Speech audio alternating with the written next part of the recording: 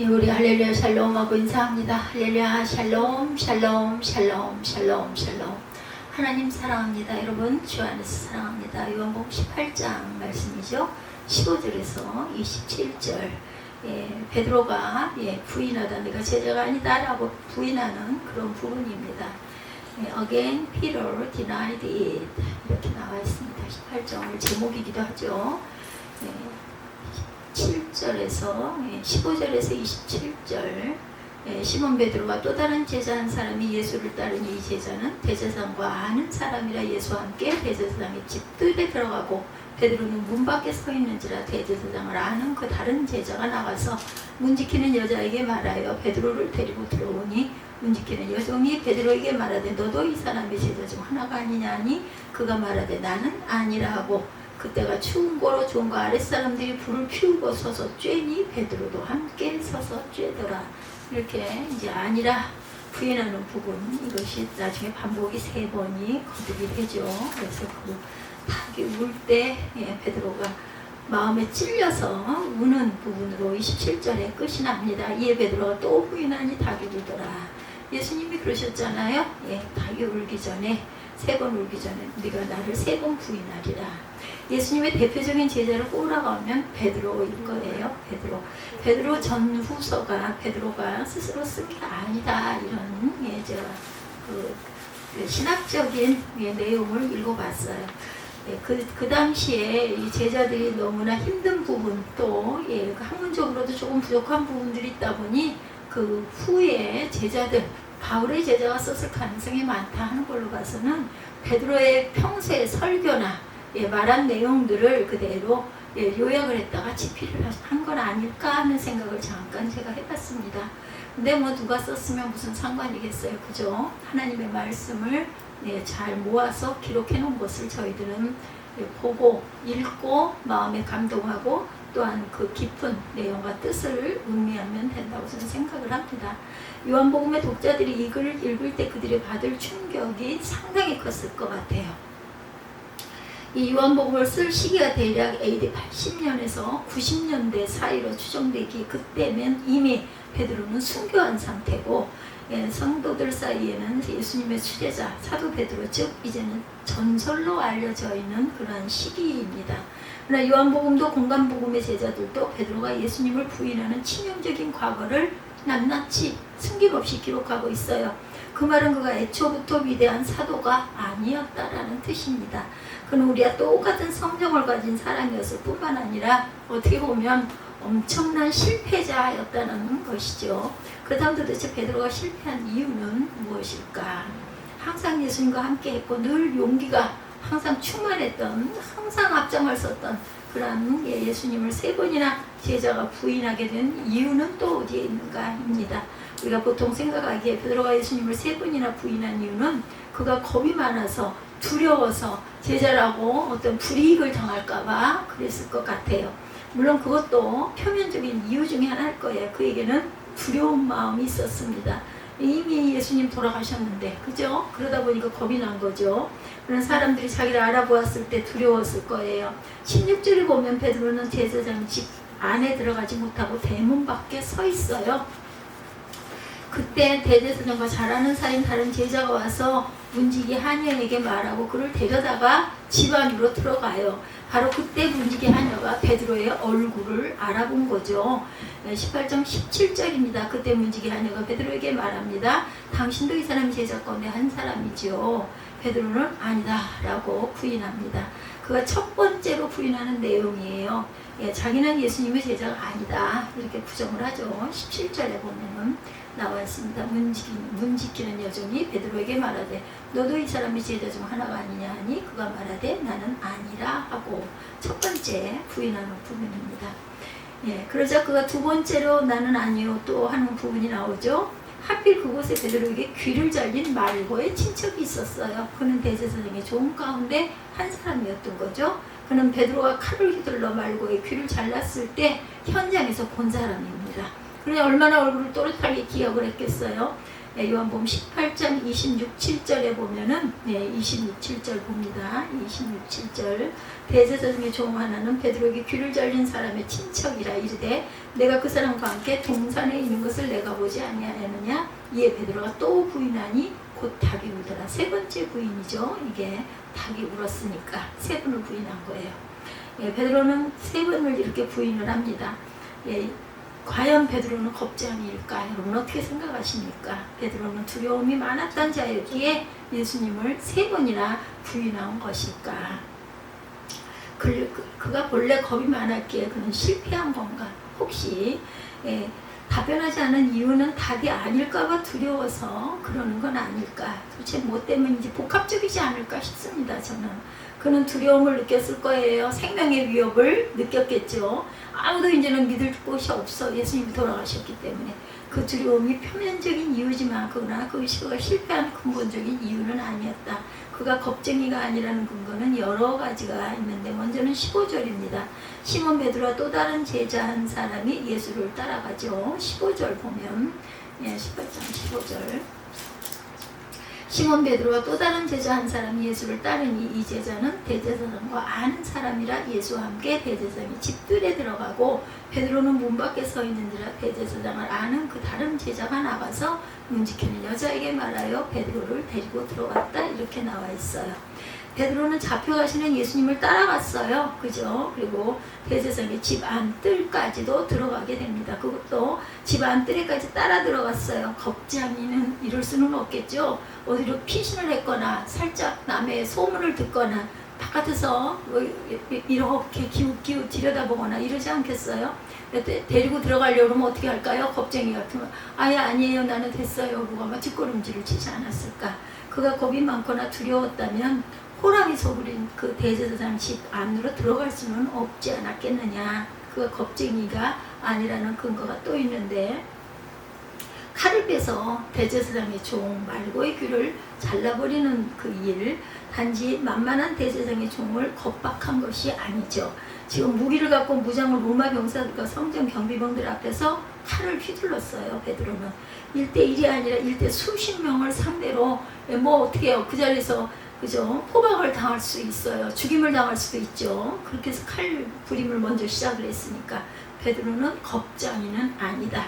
두려움이 많은 자가 아니에요. 반대죠. 오히려 용기 있고 항상 어디든지 먼저 앞장섰던 그러한 베드로였습니다. 그렇기 때문에 예수님을 잡아가려는 자들을 가로막고 자신이 나선 거죠. 그리고 끝까지 예수님을 쫓아가서 기어코 대제사장의 집까지 들어갔던 거죠.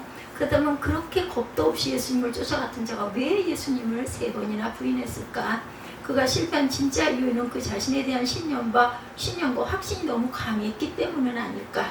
그 실패한 진짜 이유는 약해서가 아니라 자신이 너무 강해서 부러진 건 아닐까인 겁니다. 그 자기 자신을 얼마나 믿고 확신을 가졌는지 여러 가지 증거들이 있는데 예를 들어서 마가복음 14장에 보면 예수께서 베드로에게 내가 나를 세 번 부인할 것을 예언하시죠. 그때 31절에 보면 그는 자신에 대한 절대적인 확신을 갖고 있었어요.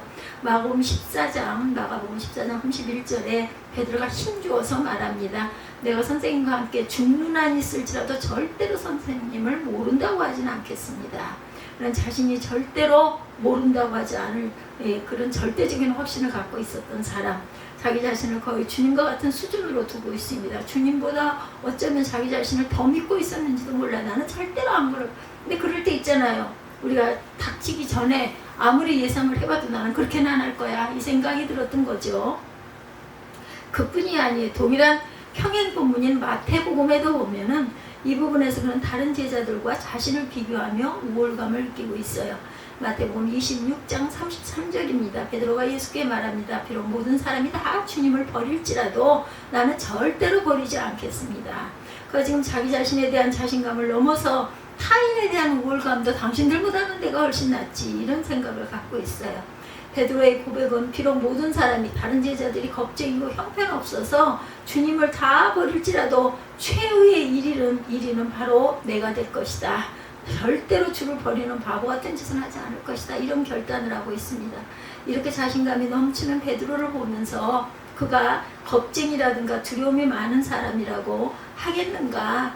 그는 자신감으로 충만한 사람이었어요. 그리고 다른 이들과 비교해서 또한 우월감을 가졌던, 내가 이로다, 내가 가장 예수님을 사랑한다, 나는 절대로 믿음이 흔들릴 사람이 아니다, 이런 자신감을 갖고 있었어요. 여러분, 저와 여러분 중에 자신감으로 가득 차있고 우월감을 가진 분들이 계시다면 이런 사람들이 바로 베드로 같은 사람들이죠. 이런 베드로 타입의 사람들의 문제는 바로 두려움이 아니라 너무 두려움이 없었던 것이 또한 문제일 수도 있다는 것. 자신이 두려워서 약한 것이 아니라 겁 없이 너무 강했던 것이 문제일 수도 있다는 거죠. 예수님은 베드로의 겉이 아니라 속 중심을 꿰뚫어 보고 계셨던 거예요. 주님은 자신이 영광을 받고 아버지께 가야 한다 말씀하셨어요. 그죠? 그때 베드로가 묻죠. 어디로 가십니까? 네, 아주 유명한 말이기도 해요. 그죠? 코바디스하고 물어요. 그래서 예수께서 13장, 요한복음 13장 36, 7절에도 내가 가는 곳에 내가 지금은 따라올 수가 없다, 이렇게 말씀하세요. 내가 지금은 따라갈 수 없다는 거예요. 왜 베드로가 지금은 따라갈 수가 없을까? 흥미롭게도 그 다음 베드로는 자신이 묻고 자신이 답을 합니다. 37절이죠. 요한복음 13장 37절에 베드로가 예수께 말하죠. 주님, 왜 지금은 따라갈 수가 없습니까? 나는 주님을 위해서라면 내 목숨도 바칠 수 있습니다. 그거 지금 따라갈 수 없는 이유는 바로 자기 목숨 때문이에요. 그것이 바로 자신의 어떤 부풀려졌던 자아다. 또한 자기 자신의 태생적인 힘과 재능과 능력을 지나치게 확신하는 것이 바로 자기 목숨이었던 거예요. 이 자아는 끊임없이 자신이 주인이 돼서 끌고 갑니다. 얼마나 자기 확신과 주도성이 강한지 주님의 십자가 길마저도 막으려고 그러죠. 절대로 죽으시면 안 됩니다, 그렇게 하시면 안 됩니다 했다가 사단아 내 뒤로 물러나라, 이런 야단을 맞죠. 자아의 생각은 곧 육신의 생각이고 육신의 생각은 예수님께는 걸림돌이 될 뿐이었다. 그래서 베드로는 예수님을 따라갈 수 없는 거예요. 자기가 약해서가 아니라 너무 강하기 때문에. 예수님은 분명 나를 따라오려거든 자신을 부인하고 내 십자가를 지고 나를 따르라 하셨죠. 베드로는 자기 부인이 아니라 자기 주장을 강하게 펼치는 사람이었다. 마귀의 집중 공략 대상은 바로 자아입니다. 자아, 내 안에 있는 나를 공략하죠. 마귀는 우리의 자아를 집중 공략한다는 거, 우리의 자아를 부풀리는 거예요. 하나님이 아니라 우리 자신에게 집중시키는 것이 마귀 시험의 본질이다. 거룩이 하나님께 시선을 집중하는 것이라면 거룩하지 않은 것은 시선이 둘로 나뉘는 것, 그죠? 마음이 나뉘는 것을 말합니다.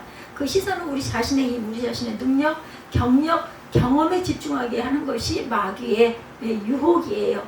베드로는 자기 자신의 의지에 대한 확신을 갖고 있었어요. 다른 이들은 다 부인해도 나는 절대로 그럴 리가 없어요. 버리지 않겠습니다. 나는 지금 주를 따라갈 수 있습니다. 이미 마귀에게 넘어간 거죠. 누가복음 22장 31절에 보면 시몬아 시몬아 보아라, 사단이 밀처럼 너희를 체질하려고 너희를 소나기에 넣기를 요구한다. 키질한다. 그죠? 키질. 체질을 하면 껍데기 알곡이 갈라져요. 그죠? 그 뭐라 그러죠? 저기 채 위에다가 놓고 이렇게 하는 거, 시골에서 많이 봤습니다. 이것이 베드로에게만 해당되는 게 아니라 너희들이라고 얘기하고 있습니다. 너희를 체질하려고, 너희를 소나기에 넣으려고 한다. 지금 저와 여러분에게 마귀가 그렇게 한다는 거예요. 어떻게 우리의 자아를 부풀려서 우리 자신의 선천적인 힘과 재능과 지식과 경험과 연륜을 의지하게 만들려고, 결국 우리를 성공하게 하려고. 어디에 성공을 해요?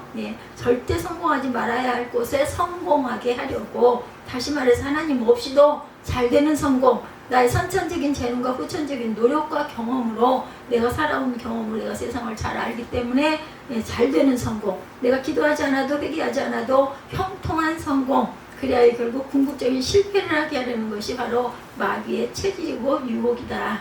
그렇다면 노력을 하지 말라는 건가요? 이렇게 반문을 할 수도 있어요. 그렇다면 우리가 사람해야 할 노력 같은 거 안 하는 게 맞다는 걸까요? 아니죠. 운동도 하고 공부도 하죠. 그러나 그 모든 것이 누가 주시는 애? 하나님이 주시는 은혜죠. 그것이 가능하게 하신 분은 하나님이세요. 그것을 잊지 말아야 될 것이다 라는 거죠. 마태복음 4장에 보면 마귀가 예수님 시험하는 부분 나오죠. 시험의 본질이 뭐예요? 시선을 하나님으로부터 다른 곳으로, 우상으로, 나에게로 돌려요. 그죠? 이렇게 본질이 보입니다. 첫 유혹이 3절이었죠. 마태복음 4장 3절에 시험하는 자가 와서 예수께 말하죠. 내가 하나님의 아들이거든 이 돌들이 빵이 되게 하라. 떡덩이가 우리 시대 문화로 예, 그 서구에서는 빵이겠지만 우리는 밥을 먹으니까 네, 떡이 되게 만들어라. 내가 하나님의 아들이라면 내 능력을 한번 증명해봐. 네, 이럴 수 있죠. 돌들을 빵으로 한번 만들어봐. 떡으로 만들어봐. 누가? 마귀는 우리가 가진 능력에 집중하게 하면 너 할 수 있잖아. 한번 만들어봐. 궁극적으로 우리 자신에게 시선을 돌리게 합니다. 예수님이 어떻게 하세요? 말씀을 통해서 시선을 내가 아니라 하나님과 말씀으로 돌리죠. 마태복음 4장 4절에 성경에 기록하기를 사람이 빵으로만 살 것이 아니라 하나님의 입에서 나오는 모든 말씀으로 살 것이다. 이렇게 말씀합니다. 사람은 하나님의 입에서 나오는 하나님의 말씀으로 살아야 해. 시선을 바꾸려는 마귀의 유혹을 다시 하나님께로 그분의 말씀으로 돌립니다. 그래서 우리가 말씀 증거가 참 필요합니다. 입술로 항상 고백하는 것이 필요해요. 읽는 게 별 볼 일 없는 쓸데없는 짓이 아니라는 거예요. 읽기라도 해야죠. 그것도 못하는 사람들이 있으니까. 유혹이 다 그런 식이에요. 주 너의 하나님을 시험하지 말라. 마지막 유혹은 뭐였어요? 나에게 절하면 이 세상 모든 영광을 너에게 줄게. 내 발 아래 절하게 해줄게. 이렇게 유혹하죠. 그럴듯하게. 너의 세상이에요. 내가 세상을 지배하는 것이고 다스리는 거야. 그때 예수님이 시선을 또 다시 하나님께로 돌리죠. 마태복음 4장 10절에 사탄아 물러가라. 성경에 기록하기를 주 너의 하나님께 경배하고 그분만을 섬겨라. 여러분은 지금 누구를 섬기고 계십니까? 자기 자신은 혹시 아닌가? 그분만을 섬겨라. 그분만을 경배하라. 그분의 말씀만을 믿어라. 이렇게 말하고 있어요. 마귀는 시험의 본질은 우리의 시선을 하나님께로부터서 나에게로 돌리라는 거예요. 너도 할 수 있잖아. 그거 세상적으로 해도 아무 문제 없어. 그렇게 해야 빠르지. 그렇게 해야 이기지. 어떻게 성경 말씀대로만 보고 언제 되려고 언제 될 줄 알고 하늘 쳐다보고 하늘에서 뭐가 떨어지기를 입 벌리고 기다리냐? 네가 해야 네가 따먹어야지. 이렇게 얘기하는 거죠. 그래야 해서 일시적인 성공을 경험하게 합니다. 우리가 우리 자신에게 집중하고 자기 개발하면 세상에서 성공할 가능성이 높아져요. 실제적으로. 그죠? 그러나 동시에 결국 궁극적으로 실패하게 될 것이다. 이것이 바로 베드로가 실패한 이유. 그는 자신을 지나치게 신뢰하고 확신해 절대 나는 그렇게 안 할 거야. 이게 너무 강했던 거죠. 그래서 부러졌어요. 무너진 겁니다. 그래서 예수께서 겟세마네 동산에서 시험에 들지 않게 어떻게 해요? 깨어 기도하라. 이렇게 말씀하십니다. 겟세마네 기도에서 유혹이 뭐예요? 아버지의 이 잔을 내게서 지나가게 하소서. 예수님도 이렇게 기도하셨어요. 지금 내 뜻대로 하고 싶은 자아의 유혹의 본질이 있어요. 왜냐하면 인성을 입고 계시기 때문에. 우리 자아는 십자가를 지기 싫어합니다. 얼마나 아파, 얼마나 고통스러워, 얼마나 무서워, 끔찍해. 그죠? 도망가고 싶어요. 절대로 아니었으면 좋겠어. 육신을 입고 있기에 그렇게 말씀하신 거예요. 그러나 주님은 그러나 제 뜻대로 하지 마옵시고 아버지의 뜻대로 하옵소서. 이렇게 마지막 마무리를 합니다. 이것이 바로 겟세마네 기도죠. 자기 자신을 부인해요. 자신의 뜻을 꺾는 겁니다. 예, 기도는 자기 자신을 주장하는 것이 아니라는 거죠. 내 욕심 따라 하나님 이거 해주세요, 저거 해주세요. 그것은 기도가 아니라 자아 욕망을 채우는 하나의 주문이 될 수 있다. 뭐 내가 하고 싶은 게 있기는 있죠. 그러하운데 하나님 이게 옳은지 그런지 아버지께서 판단하시고 아버지의 뜻대로 하시옵소서. 그 길이 열리게 하여 주옵소서. 제가 감당할 수 있게 하여 주옵소서. 이렇게 기도해야 되겠죠. 예수님은 자기 자신을 부인하는 기도를 하신 것이에요. 거기서 승리하셨기에 십자가에서 승리하십니다. 그러나 베드로는 겟세마네에서 뭐 했어요? 졸았어요. 그죠? 기도 안 했어요. 기도가 실패하면 자아가 충만해져요. 뭐 기도한다고 기도만 하고 앉았다가 뭐가 되겠어? 내가 이렇게 해야 되지. 내가 살아 일어나죠. 반대로 자아가 충만한 자는 기도하려 하지 않아요. 기도하지 않으니 실패한다는 거. 악순환이 계속 반복이 됩니다. 베드로는 겟세마네 기도, 자신의 선천적인 힘과 재능과 경험을 부인하는 기도에서 실패했기 때문에 사실상 실패를 한 것이다. 과연 저와 여러분에게 지금 이러한 기도가 있습니까? 주님 내 뜻대로 마옵소서. 주님 제 재능과 경험을 의지하려는 자아를 못 박습니다. 이러한 자기 부인의 기도가 있어야 한다는 거죠. 이것이 베드로가 실패한 이유였다. 베드로는 너무 강해서 실패한 거예요. 너무 강해서 겟세마네에서도 기도할 수가 없고 너무 자아가 뭐가 너무 졸렸고 너무 피곤하니까 아이고 자자. 아니면 기도하다가 졸다가 잤을 수도 있어요. 그죠? 제자들이 자기 자신을 너무나 과신하지 않았을까. 많은 사람들에게서 하나님께서 누군가를 쓰실 수 없는 것은 그에게 지혜와 능력이 부족하기 때문이 아니라는 겁니다. 도리어 그에게 지혜와 능력이 너무나 많기 때문에, 너무나 잘 알고 있기 때문에 주님이 강하시지 우리가 강한 것이 아닙니다. 착각해서는 안 되는 거죠. 구약에 보면 아론의 쌍난 지팡이 사건이 있어요. 그죠? 예. 오늘 주제와 관련된 의미가 있어서 제가 접목합니다. 하나님께서 각 지파별로 지팡이를 가져오라 이렇게 말씀하세요. 지팡이는 나무를 잘라 만든 것이기 때문에 당연히 생명이 없어요. 아론도 레위 지파를 대표하여 지팡이를 가져오죠. 총 12개의 지팡이가 모였고 모세는 그것을 증거의 장막 안에 둡니다. 다음날 보니까 아론의 지팡이에만 싹이 나고 꽃이 피고 열매가 맺었다 이렇게 말씀하죠. 무슨 뜻이에요? 아론아, 너 자신은 바른 지팡이다. 너 자신은 생명이 없어. 넌 아무것도 아니야. 내가 영적인 일에 조금 배웠다고 해서 남과 다른 것은 아무것도 없다. 네, 내가 남들보다 좀 더 경험했다고 해서 뭐가 된 것이 아니다. 넌 그냥 마른 막대기다. 죽은 것은 다 너의 것이다. 그러나 생명은 누가 줘요? 내가 주는 것이다 라는 거죠. 내가 살게 하는 것이고 내가 살리는 것이고 내가 너를 통해 일하는 것이다. 나의 것과 너의 것을 분명히 구분해라. 권위는 너에게가 아니라 나에게서 나오고 생명도 능력도 내가 아니라 나에게서 온다.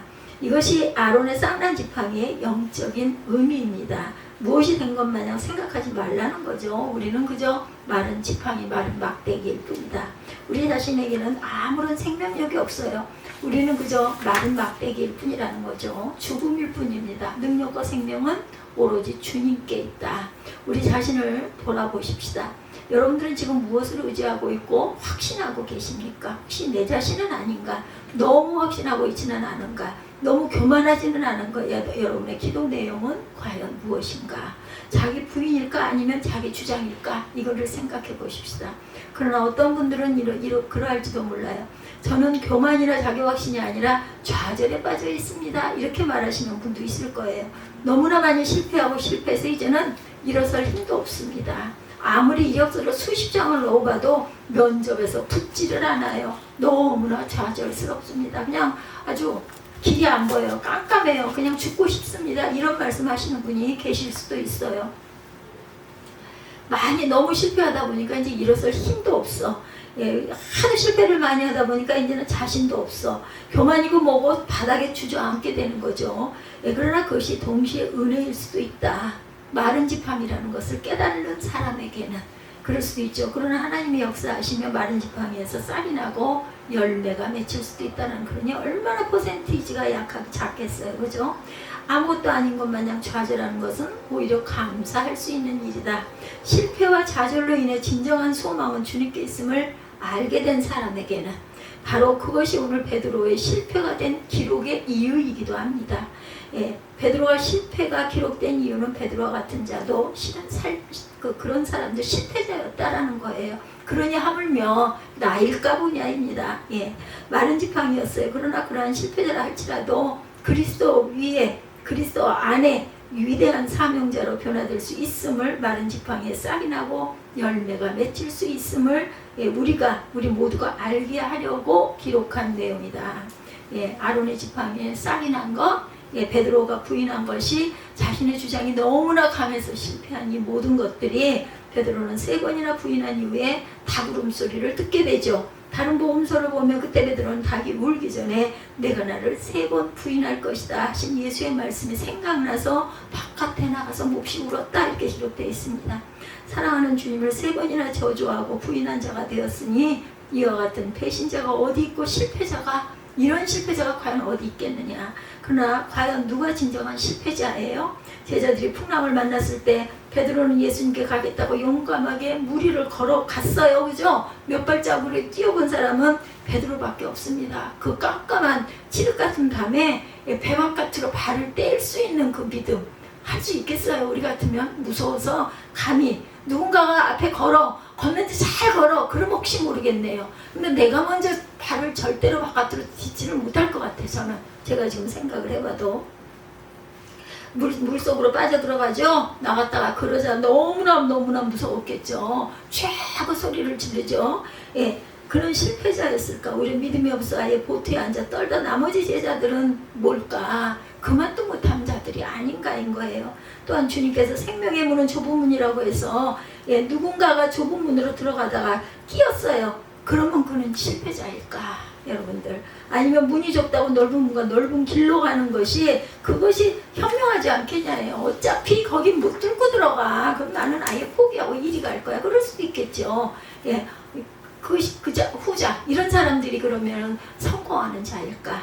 이렇게 가만히 보면 실패가 아니고 성공이 아니라는 거예요. 성공이 실패일 수도 있고 실패가 성공일 수도 있다. 진정한 성공과 실패는 끝까지 가봐야 알 것이다. 끝나기 전까지는 끝난 것이 아니에요. 우리 삶이, 내 생명이 끝나봐야, 그 순간이 맞아봐야, 내가 하늘에 주님 앞에 불려가 봐야 내가 어떤 삶을 살았다라는 것을 깨달아 알지 않겠느냐. 근데 나이가 많이 들면요, 스스로 좀 알아요. 그런 부분들을. 다만 뭘 몰라요? 내가 언제 어떻게 돌아갈 것인지 그게 잘 모르겠어요. 그 부분은 내 몫이 아니죠. 그거는 인생의 후반전이 남아있고 후반전이 끝나봐야 알아요. 무엇이 성공이고 실패인지, 누가 승리자인지 실패자인지 하나님만이 판결하실 수 있는 판결권을 갖고 계시다는 것. 그런 점에서 베드로의 실패는 위대한 실패였다. 그래서 성경에 기록이 되어 있는 거예요. 생명의 길로 가는 실패였기 때문입니다. 그는 실패했고 좌절했기에 그는 더 이상 자기 자신을 신뢰하지 않게 되었다라는 것. 실패 때문에 더욱 주님을 의지하게 되었어요. 실패했기에 오순절 성령이 임하기까지 다락방에서 기도할 수 있었고 성령을 받을 수 있는 그러한 사람이 되었다는 것. 그래서 성령으로 완전히 바꿔놓죠. 자신을 믿었던 무모한 자에서 진정 담대한 자가, 정말로 담대한 자가 됐어요. 결국 그의 실패는 오늘날 우리가 아는 그 반석과 같은 베드로가 되게 하는 밑거름이 되었다라는 것이죠. 아브라함과 사례는 믿음에 실패했어요. 불신하고 의심했죠. 자신의 방법대로 했다가 아내를 빼앗길 뻔하기도 합니다. 차선책을 취했다가 하나님의 침묵을 가져오시죠. 그들은 숱한 실패를 경험해요. 창세기에 보면. 그렇다면 왜 하나님은 아브라함과 사라에게 자녀를 빨리 주시지 않았을까? 왜 그렇게 오랜 시간을 지체하셨을까? 이유가 분명하죠. 사라가 이삭을 낳았을 때 그녀가 자기 힘으로 이삭을 낳았다고 착각하지 않게 하려고 여성의 경도가 다 끝난 그 이후에 절대로 기적이 아니면 나올 수 없을 때 백세해 주시지 않아요. 그죠? 사라가 자신의 힘으로 자녀를 낳았다고 할 가능성이 1%, 0.00001%도 없애기 위해서였다는 것. 그 수준까지 그동안 뭐 했어요? 믿음을 자꾸 조금씩 여러 가지 단계를 통해서 길러주셨어요. 아브라함과 사례의 믿음을. 그죠? 그러나 이것은 위대한 실패였다라는 거. 이런 실패가 어떤 사람에게, 깨달은 사람들에게는 나중에라도 깨달으면 얼마나 감사하겠어요. 아름다운 실패입니다. 생명으로 가는 실패였다라는 거예요. 아예 사망으로 가는 실패가 있고 생명으로 가기 위한 실패가 있습니다. 그 실패가 바로 자기 자신에 대한 절망케 하고 참 소망이신 주님만을 꼭 붙잡게. 못 붙들면 내가 죽어. 못 붙들면 나는 산 목숨이 아니야. 이런 마음이, 절실한 마음이 될 수 있도록 우리는 살아가면서 많은 환난과 고난을 감당하면서 가야 한다라는 거죠. 실패. 어떤 분이 이런 간증을 합니다. 하나님께서 훈련시키셔서 아주 힘들게 했던 2013년이 계셨대요.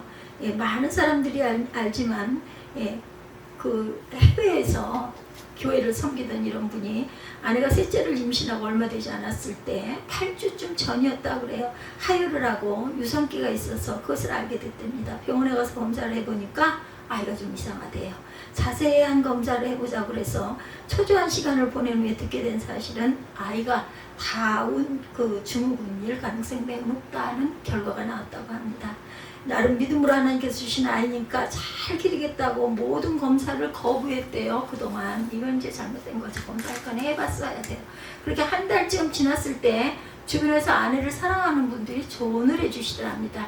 그러나 하지 말아야 할 말씀들을 많이 해줬대. 그래서 내는 믿음으로 그것을 반대하면서 거부하면서 지켜냈다 그러죠. 어느 날 학교에서 수업을 듣는데 아내로부터 연락이 왔대요. 아내가 보건소에 가서 심장 초음파를 했는데 심장이 뛰지 않는다라는 거죠. 놀란 마음에 수업 중간에 나와 아내를 데리고 큰 병원으로 가서 검사를 받았습니다. 의사 선생님이 오진입니다. 심장은 아주 잘 뛰고 있습니다. 예, 감사한 일이죠. 굉장히. 근데 마음 한켠에 정말 알아차리기 쉽지 않은 그 마음 한켠에는 아쉬운 마음이 들더라는 거예요. 저도 모르게 그냥 아이가 심장이 정말 안 뛰어서 유산이 됐었으면 이런 마음도 있더랍니다. 자기 마음속에. 그것이 그 믿음의 자신의 그 믿음의 분량이었다라는 거죠. 이거 고백입니다. 비록 아픈 아기라도 하나님이 주신 생명이니 믿음과 사랑으로 기를 생각을 해야 하는데 기가 막힌 생각이 마음 한편에 자리 잡고 있는 것을 깨달아 알았다는 거죠. 안 그랬겠어요? 우리 같았으면 어땠을 거까? 저 같아도 그랬을 것 같아. 한편 어쩌지는 못하겠는데 아이고 이거 나서 어떻게 길러? 이 겁이 나지 않겠냐는 거죠. 예, 비록 아픈 아기라도 하나님이 주신 생명이니까 잘 기를 거야. 이런 생각만 해야 되는데 그러지 못했다라는 거. 그 생각을 아내에게 말할 수는 없었대요. 예, 너무나 부끄러웠기 때문에. 그래 놓고는 내가 왜 이런 생각을 해. 또 얼마나 자책을 했겠어요.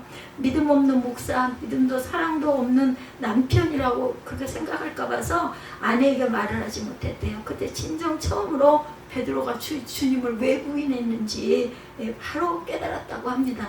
우리는 이런 사건들을 통해서 성경 말씀 깨달아질 때가 있어요. 저도 그렇습니다. 그래서 담담하게 아이를 믿음으로 낳아 기르겠다고 모든 검사를 거절하게 됐대요. 그래서 사람이 자기 자신의 믿음을 믿을 수가 있겠느냐는 거예요. 자신도 이랬었는데 자신의 믿음을 너무나 과신해서 베드로처럼 부인한 그 마음을 깨달아 알고 나서 그 다음에는 모든 검사를 거부했다는 거죠. 그러나 보잘것없는 일 앞에 어처구니없는 생각을 하고 있는 자신을 보니까 정말 기가 막히다. 나는 정말 엉터리 목사구나 하는 생각이 들었대요. 한 달 전만 해도 믿음의 최정점에 있다고 자신을 생각하고 아주 가슴을 펴고 이랬는데 이 사건 하나로 나는 정말 엉터리다 이런 생각을 했다는 거죠. 믿음의 밑바닥 깊은 계곡 밑으로 처박히는 자신을 봤다고 합니다. 그런 믿음이 회복되기 시작한 것은 그로부터 한 달이 지나 3월 첫 주 부활의 그 교회 성찬 주간이었다고 합니다. 믿음의 실상을 본따라 좌절한 상황에서 성찬을 이 목사님이 받으셨어요. 그런데 문득 그때 주님이 주시는 마음이 있더랍니다. 다윗아, 그래서 내가 너를 위해 고난받아야 했던 것이다. 아마 이 목사님이 다윗이었나 봐요. 다윗이 아니라 다위로 나와 있네요. 그래서 내가 맞아야 했고 내가 묶여야 했고 내가 못 박혀 죽어야 했단다. 내 스스로는 죄를 이길 방법이 없기 때문이란다. 그날 성찬식 때 성찬을 받고 기도했는데 얼마나 울었는지 모르겠대요. 남자분인데도. 그래서 성령 충만의 회복을 하기 시작을 했다. 이런 간증이 있습니다. 오늘 본문에도 주님이 뺨을 맞으시고 결박을 당하신 장면이 나오죠. 요한복음 18장 22절에 보면 이 말씀을 하시며 곁에 섰던 아랫사람 하나가 손으로 예수를 쳐 이르되 내가 대제사장에게 이같이 대답하느냐. 예수께서 대답하시되 내가 말을 잘못했으면 그 잘못한 것을 증언하라. 바른 말을 하였으면 내가 어찌 나를 치느냐 하시더라. 안나스가 예수를 결박한 그대로 대제사장 가야바에게 보내니라. 이렇게 18장 24절까지의 내용이죠. 그래서 죄 없으신 주님께서 묶이신 그 부분, 그리고 왜 그분께 종에게 뺨을 맞으셔야 했을까? 우리가 지독한 자아사랑이라는 죄에 묶여있기 때문이라는 거죠. 아무리 헤어나려고 해도 헤어날 수 없는 죄의 결박에 묶여있기 때문이다. 출애굽 당시 애굽의 노예로 묶여있던 백성들의 장자를 살리기 위해서 6월절 밤에 어린 양이 대신 묶여야 했어요. 그렇죠? 그리고 대신 죽어야 했습니다. 바로 주님은 우리를 풀어주기 위해서 그분께서 어린 양이 되셔서 우리 대신 묶이신 것이죠. 그분이 묶이심으로 우리의 죄의 결박은 풀리게 되었다. 이것이 바로 복음이라는 거예요. 우리가 죄에 인해 실패할 수밖에 없었으나 주님의 죄의 결박에 묶이심으로 우리는 죄에서 자유하게 되었다. 주님께서 십자가에서 우리 실패도 다 짊어지셨죠. 시편 116편 16, 7절입니다. 야훼여 주께서 나의 결박을 푸셨나이다. 내가 주께 감사제를 드리고 야훼의 이름을 부르리이다. 이런 실패에서 다시 회복될 수 있었던 이런 그 어떤 목사님의 이야기, 믿음에 도전하듯 그 이후에 더 어려운 교회로 자신을 옮겨갔다. 이런 내용이 있습니다. 여러분들이 실패와 좌절을 경험하신다면 그것은 괴로운 일이지만 은혜일 수 있다라는 걸 잊지 마십시다. 주님, 더 이상 저희 능력으로는 안 됩니다. 불가능합니다. 이제 정말 성령으로 충만케 해 주옵소서. 우리 입술에서 이런 고백이 나오도록 우리가 항상 주님만 의지하고 기도해야 되겠죠. 이것이 베드로의 실패한 기록의 이유다. 이것이 베드로의 실패의 이유가 기록된 이유라는 겁니다. 실패자 베드로가 위대한 사도가 된 것처럼 실패자였던 우리도 주 안에서 성령에 의해서 위대한 사명자로 지금도 늦지 않아서 이 순간부터라도 다시 쓸 수 있다라는 거. 어떻게 그것이 가능해요? 주님이 우리 대신 결박 당하셨기 때문이다. 주님의 결박 당하셔서 우리의 죄를 결박을 풀어주셨어요. 우리의 자아 숭배를 풀어주셨습니다. 우리의 죄의 사슬을 끊어주셨어요. 이것이 바로 복음이고 하나님의 은혜라는 것을 잊지 않는 저와 여러분이 되시기를 주님의 이름으로 축복합니다. 우리 찬양하시고 기도하시고 주기도문으로 예배를 마치도록 하겠습니다.